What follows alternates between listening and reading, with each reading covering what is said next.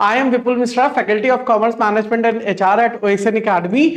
और स्टूडेंट्स, आज हम बात करने वाले हैं प्लानिंग पार्ट की। प्लानिंग जो कि जिसको कि हम प्राइमरी मैनेजरियल एक्टिविटी मानते हैं, ये वो पार्ट है जो कि तीनों के केस में, चाहे वो आप एचआर के स्टूडेंट हैं यानी कोड 55, चाहे आप मैनेजमेंट के स्टूडेंट हैं यानी कोड 17, और आप कॉमर्स के स्टूडेंट हैं तो यूनिट 6 आपके कोड 08 की, राइट। यहां पे हम बात करने वाले हैं planning as a primary managerial activity.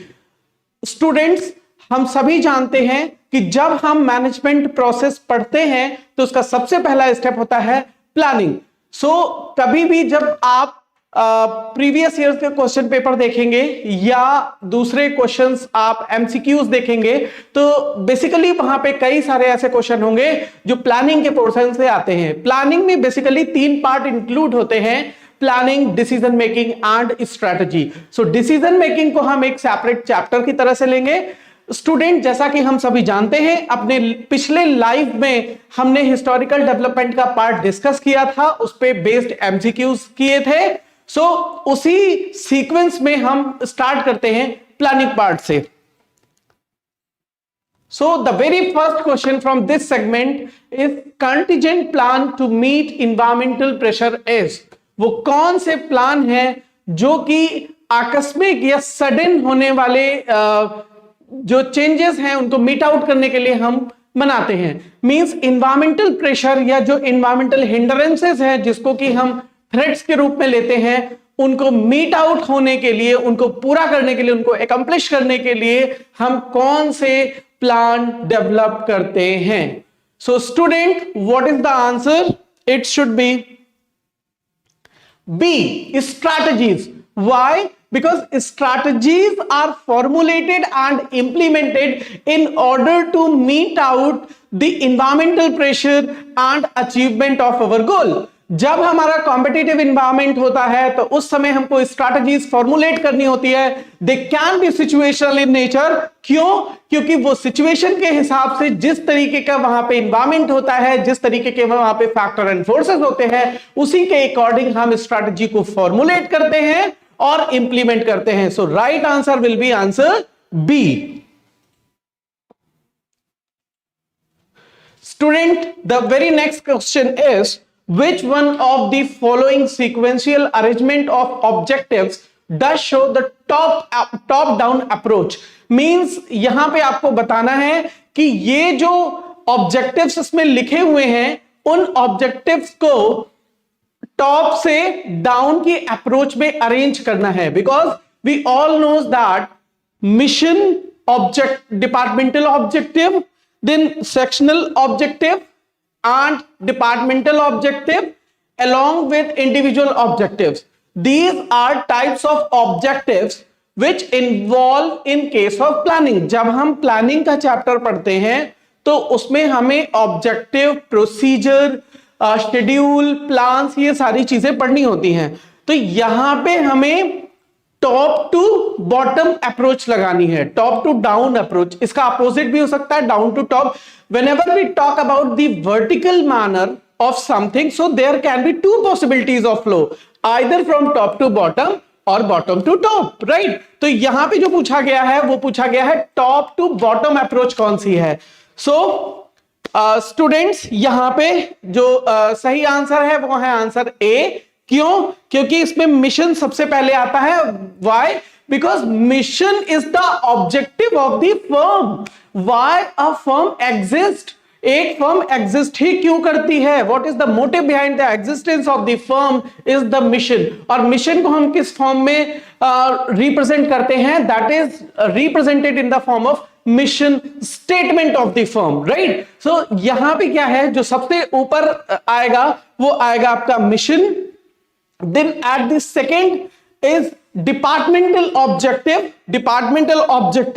then the third one is sectional objective, means mission is of organization, then second one is your departmental objective, third is your sectional objective, and fourth is your individual level objective। because mission is for whole organization, Then departmental objectives are for each department of the organization. Department हम जैसा कि जानते हैं जब grouping of activities करते हैं तब हम उसे बोलते हैं departmental objective, right? Then third is sectional objective. Sectional objective means within the department there are a lot of sections, right? And then individual level या individual objectives वो हैं जो हर एक व्यक्ति को जो टारगेट दिया जाता है, what they have to achieve is individual level objective, and then your final objective, right? So this is the arrangement, right? This is the arrangement which is done in this section. So student, come to the next one. Which one of the following is a single use plan? Question, I am repeating again. Which one of the following is a single use plan? तो यहां पे देखिए single use plan and multiple use plan, दो concept आते हैं हमारे। Single use plan वो हैं जिनको हम रिपीटेटिव मोड में यूज नहीं कर सकते। They are framed in order to achieve a particular task. किसी स्पेसिफिक ऑब्जेक्टिव या टास्क को पूरा करने के लिए जिन प्लान्स को हम बनाते हैं उनको हम सिंगल यूज प्लान बोलते हैं। वहीं पे ऑन द अदर हैंड आपको ऐसे प्लान्स जो बार बार रिपीटेटिव मोड में यूज होते हैं उनको हम मल्टीपल यूज प्लान्स बोलते हैं। The plan can also be structured and unstructured. Structured plan क्या होते हैं? ऐसे प्लान जो डेफिनिट होते हैं, जिनका वे डेफिनिट है, जिनका एरिया डेफिनिट है, that type of plans are known as structured. Unstructured all of sudden होते हैं, they are not pattern, they are not designed, पहले से उनका कोई प्रिपरेशन नहीं है, उनको हम अनस्ट्रक्चर्ड बोलते हैं। तो student, coming to the topic, पूछा गया सिंगल यूज प्लान क्या है। So the right answer will be A, budget is a single use plan. क्यों? क्योंकि बजट हम किसी एक्टिविटी के लिए करते हैं। And what is budget actually? Budget is the amount of resources which is supposed to be spent over a period of time. Budget एक ऐसा अमाउंट है रिसोर्सेज का, रिसोर्सेज में भी बेसिकली हमारा कौन सा रिसोर्स आता है? Money, right? जिसको हम किसी स्पेसिफिक एक्टिविटी में एक स्पेसिफिक टाइम फ्रेम में खर्च करने वाले हैं। That type of resources is known as budget, right? And budget is based on two basic things. What? It is past data and future expectation, right? Budget is based on these two. ये दो चीजें हैं जो किसी भी budget के preparation में सबसे इंपॉर्टेंट होती हैं। पास्ट का डेटा मींस लास्ट टाइम जब हमने बजट प्रिपेयर किया था, then what is the feedback, right? And future expectation, जब हम कोई नया बजट बना रहे हैं या हम जो भी बजट अभी प्रिपेयर कर रहे हैं उसमें लास्ट के बेसिस पे हम फ्यूचर की भी एक्सपेक्टेशन को इंक्लूड करेंगे। So these are two main things which are considered while preparing budget for a activity. But there is a specific type of budget known as ZBB, zero based budgeting. This is the type of budget in which past data is absent, right? So come to the next question please. In developing planning premises, a factor which has high probability of impact and high degree of impact is known as, जब हम planning premises की बात करेंगे, so planning premises is the important part of a planning process. जब planning process हम set कर रहे होते हैं, so after setting the objective we have to develop the planning premises, we have to determine our limits within which we have to develop different course of action or alternatives, right? So planning premises की जब हम बात कर रहे हैं तो यहां पे पूछा जा रहा है कि वो प्लानिंग प्रीमाइसेस कौन सी हैं जिसमें हाई प्रोबेबिलिटी और हाई इंपैक्ट इन्वॉल्व होता है। The intensity of high impact and high probability. So the right answer will be your high priority. Why? Because यहां पे जितना भी ज्यादा इन्वॉल्व होगा आपका प्रोबेबिलिटी, जितना ही पॉसिबिलिटी है अच्छा होने की, उतनी ही इंटेंसिटी का इंपैक्ट आपका दूसरे फैक्टर पे पड़ेगा, right?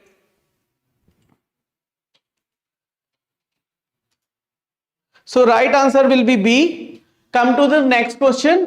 Arrange these steps involved in the planning process. यहां पे जो steps लिखे हुए हैं वो planning process के steps हैं, and you have to arrange these steps in a right sequence so that they can form a complete planning process. अब देखिए इसमें कौन कौन से स्टेप है? Setting the objective, developing the alternatives, evaluation of course of actions, determining the planning premises, selection and implementation, and last is evaluating the effectiveness. So we have to arrange these in a right sequence, right? So here you can see that right answer is C. Why? Because first is your step 1, setting the objective. As the name indicates, setting the objective is the primary step in a planning process.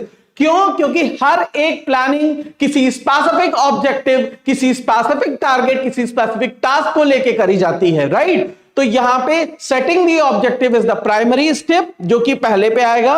Then fourth, determining the planning premises. जब हमारा objective set हो जाएगा, what we have to do, हमें क्या करना है? Now we have to develop the planning premises. हमें वो लिमिट सेट कर देनी है जिनके अंतर्गत या within those we have to develop various course of actions और अल्टरनेटिव्स, राइट? यहां पे क्या है, जैसे ही हमारा ऑब्जेक्टिव सेट हो जाएगा, then we have to develop the planning premises. और हमारी प्रीमाइसेस जितनी अच्छी होंगी, अच्छी means range will be high. High range का मतलब हुआ the difference between low level and higher limit, upper limit and lower limit. This is the upper limit, this is the lower limit. So the difference between these two is the planning premises. तो ये gap जितना ज्यादा होगा, उतनी ही ज्यादा course of actions और alternatives और options हम डेवलप कर पाएंगे। और ये गैप जितना ही रिड्यूस हो जाएगा, उतने ही कम अल्टरनेटिव्स हमारे पास अवेलेबल होंगे for the selection process, right? So we have to increase, we try to increase our planning premises. So after setting the objective, second step is your determining the planning premises. और जब हमारी planning premises set हो जाएगी, then we have to develop the various alternatives within those premises. उन्हीं limits के अंदर हमको different type के अल्टरनेटिव या कोर्स ऑफ एक्शन हमें ढूंढने हैं. Then we have to evaluation of course of action. Evaluation means we have to judge, we have to evaluate, we have to appraise each and every alternative within the premises. It can be done on the basis of certain criteria, right? Student, ये बहुत ही important question है. क्यों important है? क्योंकि ये एक question नहीं है. इस क्वेश्चन के अंदर आपको 3 से 4 क्वेश्चन इसके अंदर ही आपको मिल सकते हैं. There is a great possibility of having more and more questions. So please इस पे ध्यान दीजिएगा. Next is your selection and implementation. Once we have evaluated each course of action on the basis of its feasibility and suitability, तो यहां पे हम जो best possible होगा उसको हम select करेंगे and then implementation. Implementation is done on the basis of execution. जो भी प्लान हम कर रहे हैं उसको हम select कर लेंगे कि ये प्लान हमारा execute हो जाए. Now evaluating the effectiveness. Effectiveness means in simple words it can also be known as follow up. Follow up is the last but not least step in a process, because at this step we have to evaluate whether things are appropriate or not, whether things are result oriented or not. जो भी हमने काम किया है, क्या उससे कोई हमें फायदा हो रहा है या नहीं हो रहा है, ये हमें जज करना है यहां पे, राइट? तो यहां पे क्या है, बेसिकली आप देखेंगे कि right answer is C, because the right sequence is 1 4 2 3 5 and 6। यानी सबसे पहले आएगा setting the objective, then determining the planning premises, then developing the alternative, then evaluation of course of actions. देखिए यहां पे मैंने अलग अलग टर्मिनोलॉजी यूज करी है इस क्वेश्चन में। कहीं पे वो अल्टरनेटिव लिखा हुआ है, कहीं पे वो कोर्स ऑफ एक्शन लिखा हुआ है। Why?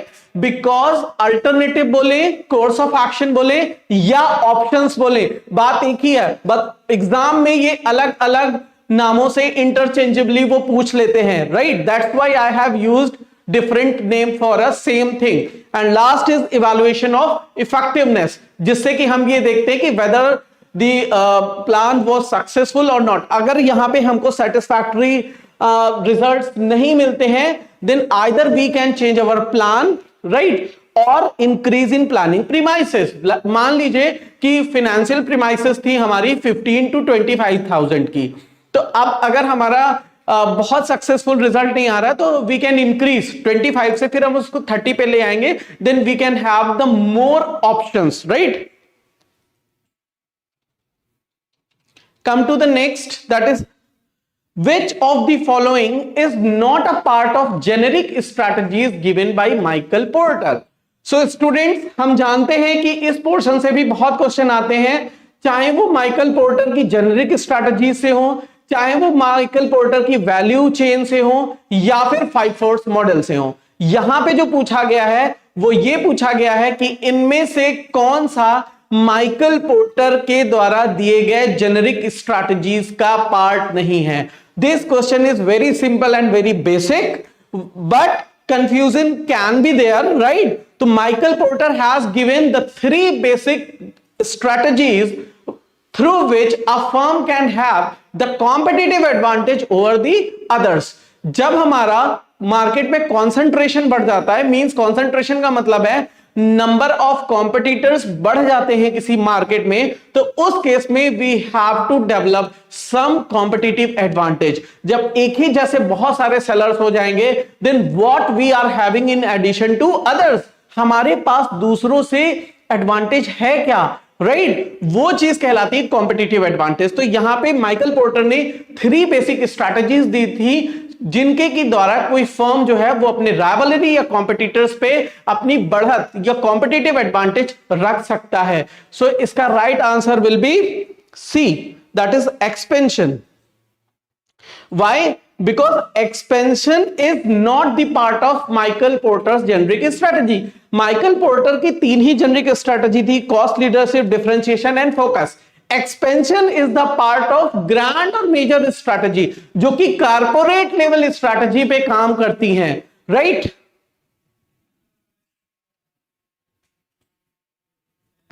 Then match the followings: stability strategy, growth strategy, retrenchment and combine. These are 4 major और grand strategies of the business.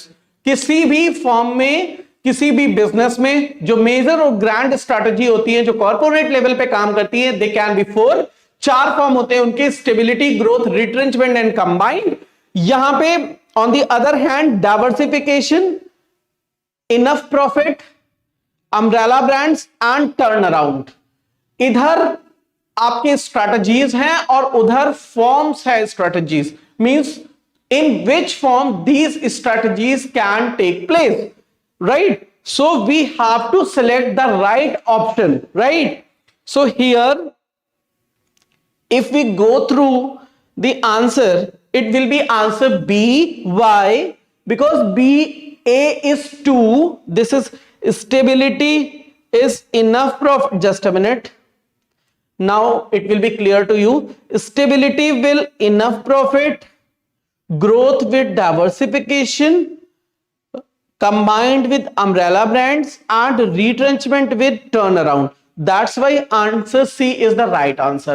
देखिए स्टेबिलिटी वो कंडीशन है जिसमें हम अपनी फर्म में कोई भी चेंजेस, कोई भी बड़े बदलाव नहीं करते हैं। So stability can be in 3 forms: enough profit strategy, no change strategy and pause strategy. Since यहां पे ऑप्शन में आपका इनफ प्रॉफिट ही दिया है, इसलिए A will be matched with 2, right. Second is growth strategy. Growth can take place in 4 forms. Growth through expansion, internationalization. First is growth through internationalization, growth through integration, growth through business combination, and growth through diversification. That's why here diversification is given.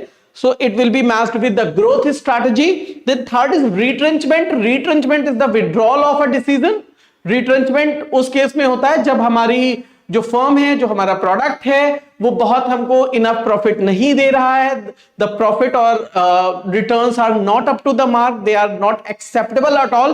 तो उस condition में ये turn around will be right answer, because retrenchment के 3 forms होते हैं, turn around strategy, liquidity strategy and disinvestment और harvest strategy, right. Fourth is combined. Combined is the mix of these 3, and combined exist only in case of umbrella brands. Umbrella brands means group of companies, right, where group of companies exist of a single owner, their combined strategy can easily seen. देखिए वहां पे क्या है, एक ही segment में आपका growth होगा, किसी एक कंपनी में आपकी स्टेबिलिटी होगी, किसी एक कंपनी में आपका रिट्रेंचमेंट लग रहा होगा। मींस एक ही ओनर के अलग अलग सेगमेंट में तीनों आपके एग्जिस्ट कर सकते हैं। So such a case is known as combined strategy. Then come to the next question. Which of the following is a type of diversification strategy related to an existing business? Very good question. यहां पे देखिए student, अभी हमने बात करी आपसे कि diversification is the form of expansion. जो डाइवर्सिफिकेशन होता है वो एक्सपेंशन या ग्रोथ स्ट्रैटेजी का एक फॉर्म है। जब हम अपनी फर्म को, अपने बिजनेस को और ज्यादा एक्सपेंड करने की और ज्यादा ग्रोथ देने की सोचते हैं, तो उनमें से एक तरीका है diversification. Diversification means changes, right. So changes in a segment that can be of 2 type, but it can be, देखिए यहां पे जो दिया है partial and complete diversification, so this is not right one. Right answer is concentric, because the main terminology used in case of diversification strategy is concentric and conglomerate. Concentric in case of related one, जहां पे हम अपने existing business से related किसी business को expand करेंगे, change करेंगे, then it is known as concentric diversification. Examples बहुत सारे हमारे पास, जैसे for example we have clinic, doctor हैं हम और हमारा क्लिनिक है। Now we have started our pathology also, हमने अपनी लैब, पैथोलॉजी लैब स्टार्ट कर दी है। Then this type of changes is known as concentric diversification. There is a change, but that change is related to the industry. अभी भी हम उसी industry में हैं, भले ही हमने अपना चेंज कर लिया हो business, right, but conglomerate is a type of change which is totally irrelated. वो है ही नहीं, उसका कोई आपके एग्जिस्टिंग बिजनेस से कोई लेना देना नहीं है। We are doctor at a time and we have changed our business into some construction company, right. तो दोनों के बीच में कोई लिंक नहीं है। That type of changes is known as conglomerate. That's why the right answer will be answer B, that is concentric type of diversification. अब आइए अगले क्वेश्चन पे। देखिए स्टूडेंट्स, जितने भी हम स्ट्रैटेजिक पार्ट से आपसे क्वेश्चन पूछ रहे, they are very important, because planning part भी इंपॉर्टेंट है, बट प्लानिंग से ज्यादा क्वेश्चन नहीं डेवलप होते हैं आपके एग्जामिनेशन पॉइंट ऑफ व्यू से। बहुत ही लिमिटेड स्कोप है प्लानिंग का एग्जामिनेशन पॉइंट ऑफ व्यू से, राइट। जबकि स्ट्रैटेजिक पार्ट, जो कि प्लानिंग चैप्टर का ही हिस्सा है, उससे बहुत ज्यादा क्वेश्चन पूछे जाते हैं।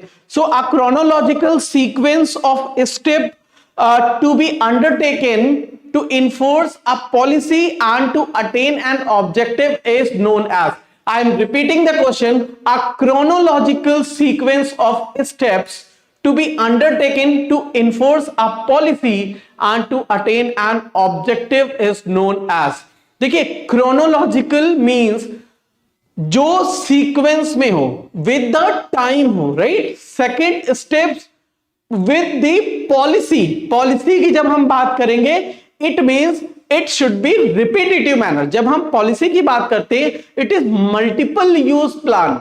हम जब अभी हमने पहले क्वेश्चन में थोड़ी देर पहले हमने डिस्कस किया था, budget is a single use plan, वहां पे हमने सिंगल यूज और मल्टीपल यूज प्लान की बात करी थी। तो ये जो पॉलिसी है that is multiple use plan. क्यों? क्योंकि हम पॉलिसीज को रिपीटेटिव मैनर में बार बार ऑर्गेनाइजेशनल पर्पस के लिए इंप्लीमेंट करते हैं, राइट। सो यहां पे जो कहना चाह रहे हैं, क्वेश्चन में ये पूछ रहे हैं वो क्रोनोलॉजिकल सीक्वेंस क्या है जो कि मल्टीपल यूज के लिए आपके लिए यूटिलाइज होता है in the attainment of objective. So the right answer should be C, I think. Yes, it is C, procedure.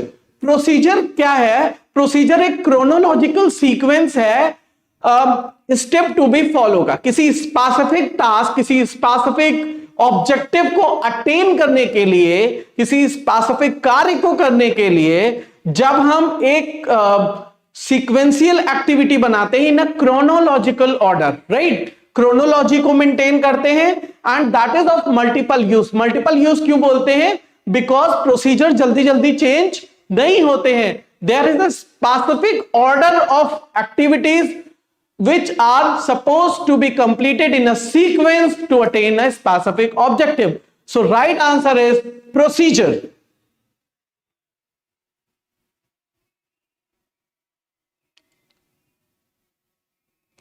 And student, come to our last question, that is question number 10.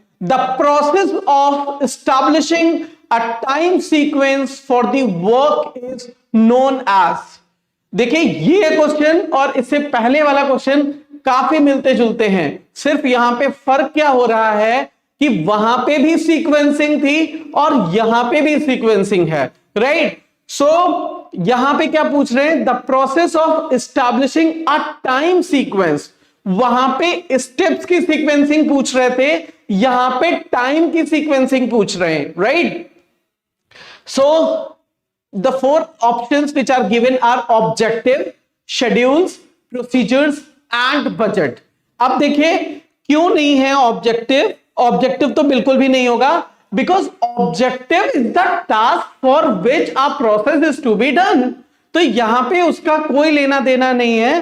Objective तो वो motive है या वो आपका M है जिसके लिए हम किसी प्रोसेस को कर रहे हैं, राइट। तो ऑब्जेक्टिव नहीं हो सकता। प्रोसीजर क्यों नहीं हो सकता? बिकॉज प्रोसीजर हमने अभी डिस्कस किया है, it is a chronological order. Chronological means time bound वो भी है, बट क्रोनोलॉजी का मतलब होता है day wise. It is day wise, right. Date अगर हम बात करें कि ईयर्स की, मंथ्स की, डेट की, that is a chronological manner. क्योंकि जब हम अकाउंटिंग में पढ़ते हैं तो क्रोनोलॉजी का सिंपली मतलब होता है entry of transactions in a chronological order. किस डेट में कौन सा ट्रांजैक्शन हुआ है, अगर हम इसकी प्रॉपर एंट्री करते हैं डेबिट और क्रेडिट की फॉर्म में, then it will come under accounting part. तो यहां पे प्रोसीजर जो है वो क्रोनो है, वो भी टाइम बाउंड, बट वो सीक्वेंस क्रोनोलॉजिकल सीक्वेंस है, right. Second, that is the multiple use thing, right. यहां पे क्या है? The process of establishing a time sequence, किसी एक्टिविटी का, किसी कार्य का जो टाइम बाउंड सिस्टम है कि मतलब ये एक्टिविटी इतनी देर में होगी, फिर ये एक्टिविटी इतनी देर में होगी। Why not budget? Because budget अभी हमने आपको बताया it is a single use plan जो किसी स्पेसिफिक टास्क के लिए बनाया जा रहा है, दैट इज बजट। तो ये तीनों नहीं है, इसका मतलब है right answer will be schedule. क्योंकि कभी भी आप देखेंगे, yes, B is the right answer. Schedule वो सिस्टम है या शेड्यूल वो प्लान है जो कि टाइम सीक्वेंस शो करता है। मींस अगर हम शेड्यूल बना रहे हैं, if we talk about time table of a class, तो वहां पे शेड्यूल है कि पहली क्लास 10 से 11 होगी, दूसरी क्लास 11 से 12 होगी, तीसरी 12 से 1 होगी, right. That is called schedule. उसको तो हम प्रोसीजर नहीं बोलते कि ये प्रोसीजर है, बिकॉज प्रोसीजर में दो चीजें इंवॉल्व होती हैं, sequence with formality in a chronological order. किसी भी कार्य में सीक्वेंस और formality means rule and regulation, sequence अगर क्रोनोलॉजिकल ऑर्डर में अरेंज्ड है तब वो प्रोसीजर कहलाएगा, राइट। और अगर हम फॉर्मेलिटीज को हटा देते हैं, वहां से रूल्स एंड रेगुलेशन को हटा देते हैं और सिर्फ स्टेप्स की बात करते हैं, क्रोनोलॉजी को भी हटा देते हैं, then it is not procedure, तब वो प्रोसेस बन जाएगा। Because process is the collection of or totality of the step to be followed for a purpose। किसी पर्पस को पूरा करने के लिए जब स्टेप कंबाइंड एक सीक्वेंस में होते तब हम उसे प्रोसेस बोलते हैं। सो आई होप आपको प्रोसेस और प्रोसीजर का डिफरेंस समझ में आ गया होगा। अब हम बात कर रहे थे यहां पे शेड्यूल की, तो शेड्यूल वो सीक्वेंस है जिसमें कि टाइम बाउंड होता है। शेड्यूलिंग हम वहां पे भी पढ़ते हैं प्रोडक्शन एंड ऑपरेशन के केस में, जहां पे प्रोडक्शन और मैन्युफैक्चरिंग की हर एक सब प्रोसेस का स्टार्टिंग पॉइंट और एंडिंग पॉइंट हम पहले से डेफिनेट कर लेते हैं in order to determine the efficiency of the worker, कि कौन कितना काम कर। सपोज एक एक्टिविटी का जो स्टार्टिंग पॉइंट है वो 11 AM है and ending point is 1 PM, right. So it is scheduled कि you have to work within this format, right? तो वो चीज शेड्यूल कहलाती है। So student, ये it was all about today's part। इसमें हमने प्लानिंग और स्ट्रेटजी पार्ट से रिलेटेड कुछ इंपॉर्टेंट क्वेश्चंस डेवलप किए थे ताकि उनके माध्यम से हम इस चैप्टर की बारीकियों को आप तक पहुंचा सके। I hope you will get up to this, right? In the very next class we will discuss the decision making part in